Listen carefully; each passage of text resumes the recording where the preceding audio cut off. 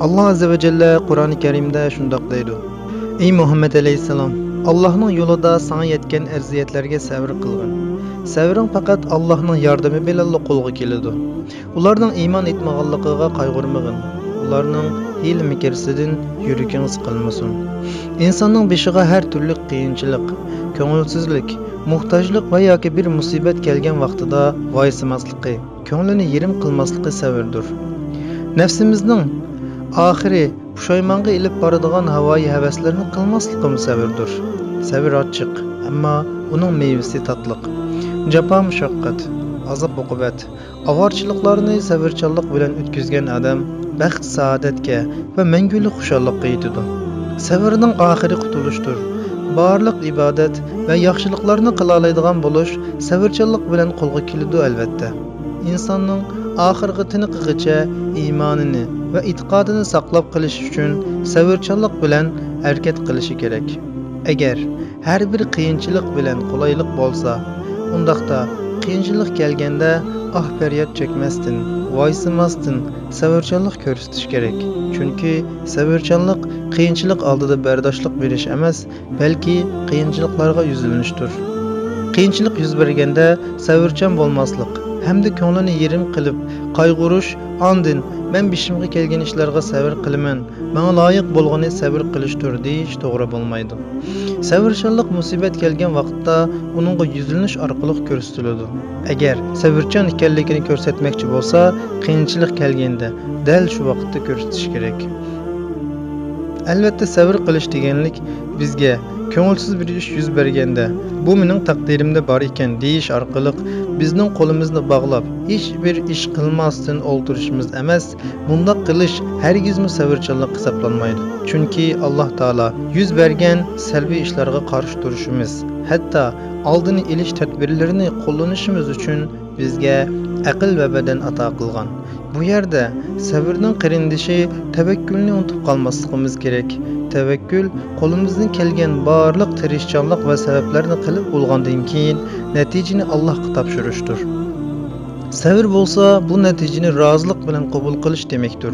Qiyin kunlarda sabrni va tabassumni yo'qotib qo'ymaydiganlar kelgusida keladigan go'zal kunlarni ko'rganlik uchun shundoq qiladi. Chunki sabrchanlik nihoyat zo'r bo'lsa-mu, uning mevasi tatliq ekanligini biladi.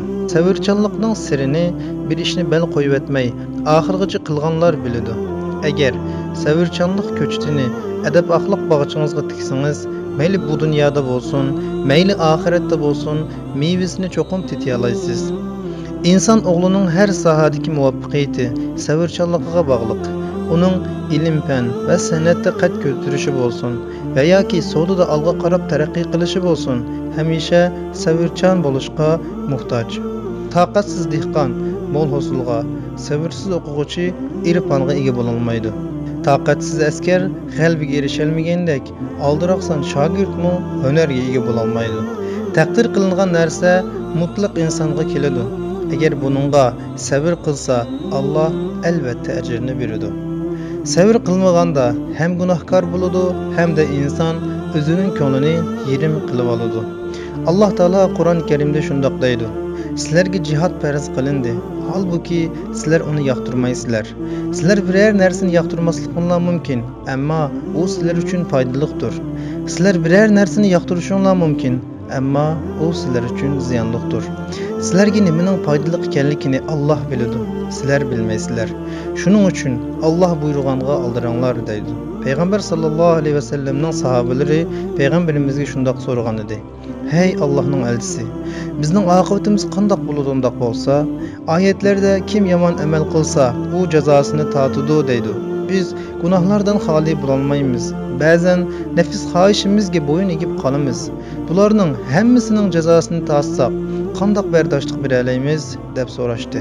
Payg'ambar alayhisalom xush bishorat bergan mohiyatda: "Sizlar dunyoda bo'lgan kasallaringlar, duch kelgan qiyinchiliklar, qilgan gunohlaringlarga kaforat bo'ladi, agar sizlar sabr qilsanglar." Bu javobdan keyin sahobalar azob uqubat va qayg'uga duch kelganda beorom bo'lmadi. Inshaalloh bu musibatlar gunohlarimizning kaforati, Allohning mag'firatiga sabab bo'lib qolar deb o'ylab, ko'nglini xushal tutishdi va bu musibatlarga bo'lgan sabrchanligi yanada kuchlandi. Unutib qolmasligimiz kerakki, to'salg'i va qiyinchilik bekor o'tilgan odamga kelmaydi. Ammo muvaffaqiyat qozonish va taraqqiy qilishni xohlaydigan kishilar uchun cho'qim qiyinchilikqa duch kelishi mumkin. Bu qiyinchiliklarga qarshi kurash qilish kerak. Avorchilik hamisha kishilarni yetaklaydi ve terbiyelaydi. Dünyadaki her bir iş için eğer onunla bo'lgan muhabbet yoki kızgınlık ve yoki özünü bağışlaş olmasa adam onu kılmaydı. Meyli dünyalık, meyli ahiretlik, meyli padişahlık, meyli ilim iliş olsun, hiçbir iş, hiçbir avarçılıksız nisip olmaydı.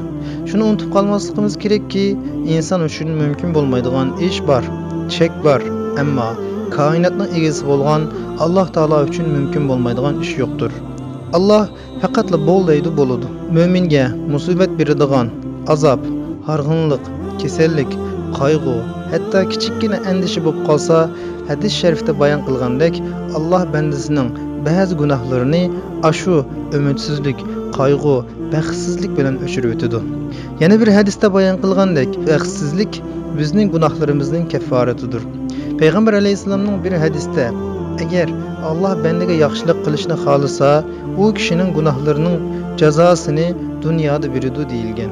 Şunlaşqa, eğer siz avarçılık ve puşayman his qilsangiz, bilin ki bu Allah'ның sizga bo'lgan mehr şefqatining, yaxshi ko'rishining isboti. Alimlar savrchanlik türünün en çoğu sizga yomonlik qilganlarga savrchanlik ve kengqursiqlik bilan muomala qilish ekanligini aytadi. Hatta ruhi kasalliklarni davolashda o'zining va boshqalarning holiga shukr qilish va rozi bo'lishning intayin muhim ekanligini o'ttirib qo'ydi. Alloh taolo nim degan qudratliga, bandalariga nim degan rahimdil, ruhiy kasallikni davolashdiki, bu oltin Qur'onni o'zining kitobida bayon qilib deydi-ki, kimki aziyatga sabr qilsa, Allohning roziligi uchun intiqom olmasa, bu albatta marg'ub ishlardandir. Hazır nurgun kişilerimizde her xil ko'ngilsizliklar, avarçılıklar ve qiyinchiliklar var. Undaq olsa, bir Müslüman noktasından bizge qalğını musibatlarga ve qiyinchiliklarga sabr qilishdir. Şunu unutmasligimiz lazım ki, sabrning oxiri baxt saodatdir, menguli qutuluşdur.